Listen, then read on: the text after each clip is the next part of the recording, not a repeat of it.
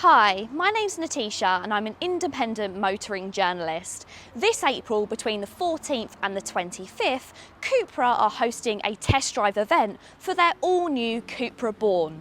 Plus, for all the test drives that are taken, they're also going to be planting trees. How fantastic is that? Marshall Motor Group has invited me down to take a test drive for myself and also show you around the all-new CUPRA Born. So let's go check it out.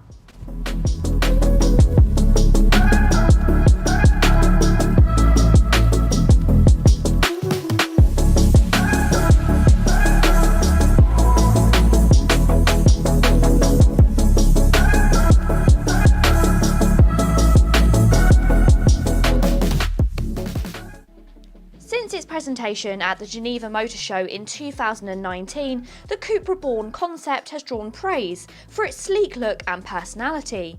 Despite the positive reviews, the design team and technical centre engineers didn't stop there.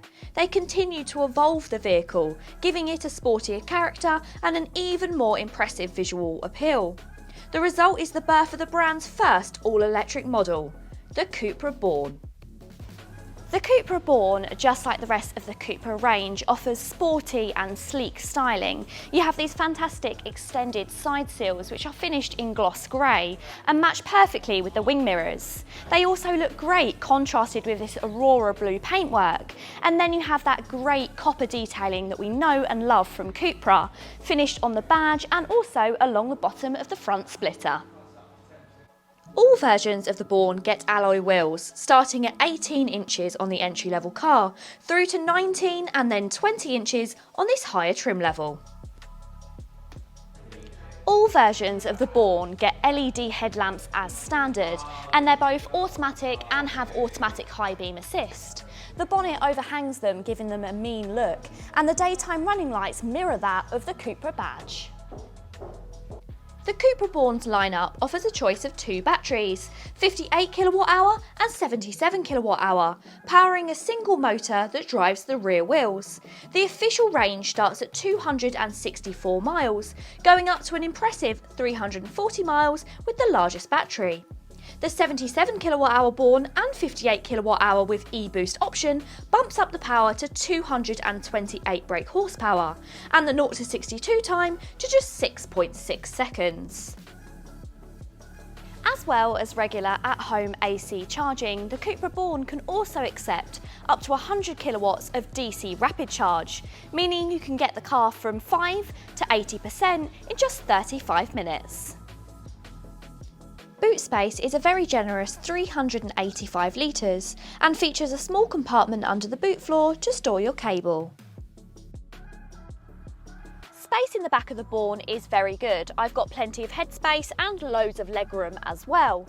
Plus, because this is an electric car, there's no transmission tunnel, meaning I've got a ton of legroom. Back here I've got two USB-C charging ports and a pull-out armrest with two cup holders and a ski hatch for loading longer items.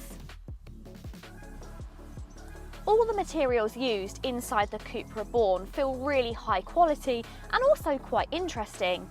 I've got a great leather wrap steering wheel with that copper stitching, and they've also got touch sensitive gloss buttons and a carbon effect on the centre of the steering wheel. I've got a great centre console with an almost leather feel to it, with again the copper running around the outside. And then you've got these bolstered sports seats finished in a type of Alcantara. And if you look really carefully, again you've got the flecks of the copper which look great, finished with again the stitching around them and the CUPRA badge embossed on them. All versions of the CUPRA Born are keyless, so as soon as you sit down, you're ready to go. You get a digital instrument cluster as standard, with your gear selector just located on the right of this. You also get a 12-inch touchscreen from standard, which is 2 inches bigger than on the entry-level ID3. It's really intuitive and easy to use. You get satellite navigation as standard, as well as Apple CarPlay and Android Auto, which is also wireless. Thanks to a combination of its precise and well-weighted steering, as well as the fact that it has little body roll in corners, the CUPRA Born is one of the more engaging electric cars that you can buy currently on the market. There are three main driving modes available. There's range, comfort and performance. Opting for the range gives you the most amount of miles out of your battery. It reduces some of your amenities and also reduces some of that power, but it lets you go the furthest.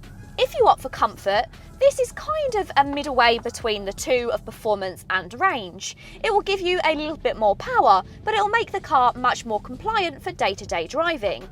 Performance will give you all of that performance out of the battery and torque combined, meaning that it will give you a pretty hefty 0 to 62 sprint. The final option is actually an individual option, and this means that you can customise your CUPRA Born to get exactly what you want out of the car. You could have punchy performance but light steering. There's a lot of things to choose from. The Born gets an extensive suite of safety equipment, including anti-collision warning with pedestrian and cyclist detection. It also gets lane assist and adaptive predictive cruise control, as well as traffic sign recognition, and it will also have an anti-fatigue warning. Parking this car is an absolute doddle. It's got front and rear parking sensors as standard, as well as a rear view camera. Plus it has a tiny turning circle of just 10.2 metres. That's about the same as a Volkswagen Up. Thank you so much for watching this presentation today. What do you think of the all-new CUPRA Born? It looks and drives fantastic. Thank you to Marshall Motor Group for inviting me down to test drive it. If you're interested in test driving a CUPRA Born as well, then please make sure you register your interest today with Marshall Motor Group. Thank you so much, and until next time, bye.